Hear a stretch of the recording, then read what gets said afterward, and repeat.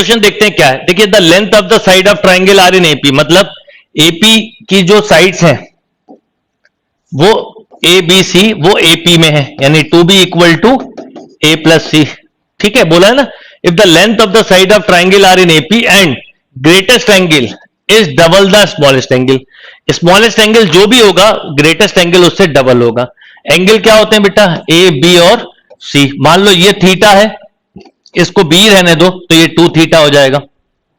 और आपको ये पता है कि तीनों एंगल का सम पाई होता है। इसका मतलब मैं अगर आपसे बोलूं कि बी केवल कितना होगा, बी केवल, तो पाई माइनस 3 थीटा भी लिख सकते हैं।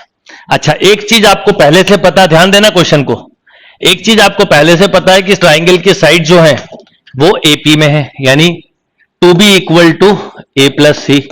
इसका मतलब इसको साइन में कन्वर्ट कर सकते हैं, 2 sine b equal to sine a plus sine c. ध्यान से देखिएगा, यस और नो। अब 2 साइन बी को लिख सकते हैं pi minus 3 theta, pi minus 3 theta, ये बेटा साइन थीटा, ये डबल एंगल है तो साइन 3 थीटा। अगर मैं साइन 2 थीटा, यस और नो। इसको चाहे तो हम ऐसा भी लिख सकते हैं, 2 sine 3 theta equal to sine theta plus sine 2 theta, right. देखिए ध्यान से लिख सकते हैं कि नहीं। अब आप चाहें तो इसमें क्या कर सकते हैं, सिंपल तरीके से देखिएगा, अगर मैं इसमें से चाहूं तो साइन थीटा कॉमन ले सकता हूं। कैसे, ये इसको लिख सकते हो 2 साइन थीटा, तो ये लिखोगे 3 माइनस 4 साइन स्क्वायर थीटा। यहां पर साइन थीटा कॉमन लिया, this is 1 plus 2 cos theta, yes और नो।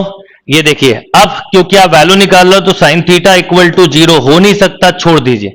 अब क्या क्या बचा बताइए, 6 minus 8 sine square theta equal to 1 plus 2 cos theta, या आप लिख सकते थे 6 minus 8 plus 8 cos square theta equal to 1 plus 2 cos theta, right.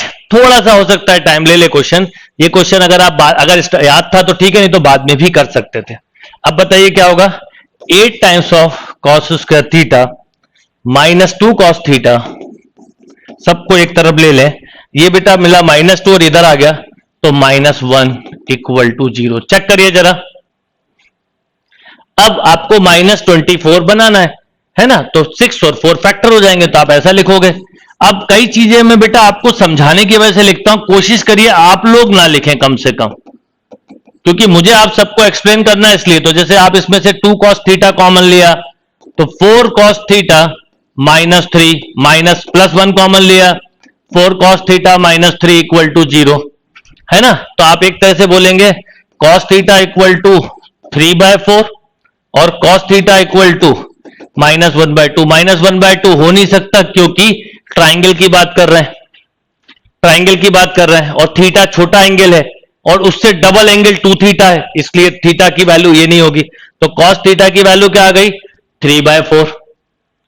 अब आपके पास कॉस थीटा आ गया तो आप साइड के रेशियो बता सकते हैं, नोट करते चलिए।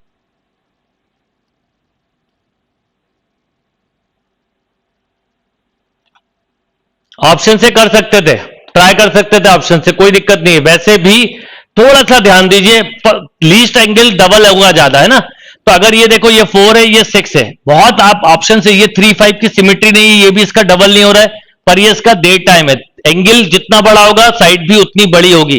अगर आप चाहते तो इसको कर सकते थे। अभी पूरा समझ लीजिए, तो cos थीटा 3/4 आ गया। इसका मतलब आप मुझे लॉजिक से बताइए कि साइन थीटा भी निकाल सकते हो आप, है ना। cos थीटा के बाद आप साइन थीटा भी निकाल सकते हो, या यही लिखा रहने दो। अब आपको बताना है A:B:C, यानी साइन थीटा, साइन 3 थीटा और साइन 2 थीटा, बस ये निकाल के रेशो ले सकते हैं। ये क्वेश्चन में करना था, तो मैं बता रहा हूं ऑप्शन से भी कैसे कर सकते थे, बिल्कुल।